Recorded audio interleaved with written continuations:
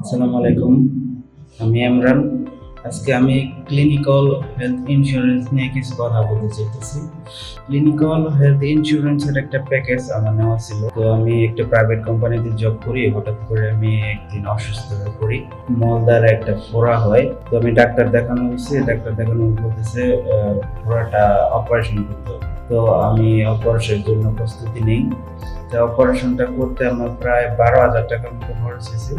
তো আমি যখন ক্লেম করি ওই 12,000 টাকা হসপিটালের যত ডকুমেন্টস আছে ক্লিনিক্যালে ক্লেম করার পর ক্লিনিক্যাল আমাকে ওই 12,000 টাকা ক্যাশব্যাক দিয়েছে, সম্পূর্ণ টাকা ক্যাশব্যাক দিয়ে। অ্যান্ড ওই ফোড়া থেকেই তখন আমার ওটা ফিস্টুলা রূপান্তর হয় প্রায় 1.5 মাসের ভিতরে। তখন আবার ডাক্তার দেখাইছি, ডাক্তার বললো যে আবার একটা অপারেশন করতে হবে। তো আরেকবার আমি একটা অপারেশন করলাম।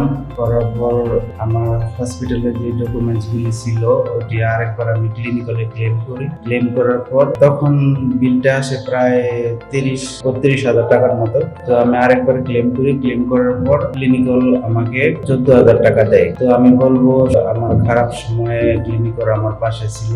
ক্লিনিক্যালকে অসংখ্য ধন্যবাদ জানাইতে চাই। আমার খারাপ সময়ে পাশে ছিল। আমার বিষয়টা খুবই ভালো লাগছে। ধন্যবাদ। সবাই ভালো থাকবেন। আসসালামু আলাইকুম।